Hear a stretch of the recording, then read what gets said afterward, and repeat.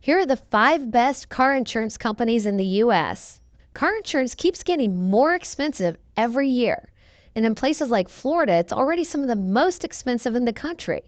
So the need to shop for car insurance has never been more important.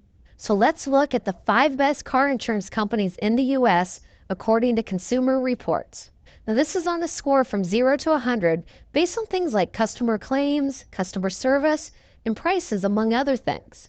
Number 5 is PIMCO, coming in with a score of 80 out of 100. Number 4 is Erie Insurance Group, my very first insurer, coming in with a score of 81 out of 100. Number 3 is Amica Mutual Group, coming in with a score of 83 out of 100. Number 2 is NJM Insurance Group with a score of 86 out of 100. And the number 1 car insurer in the U.S. is USAA. Notice these aren't the companies you see advertising all the time. No Nationwide, no Geico.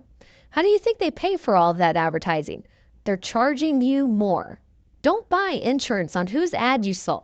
Shop around for the best car insurance for your specific needs, making sure that you don't have too much or too little coverage, and for a good price. You might be surprised who you end up with.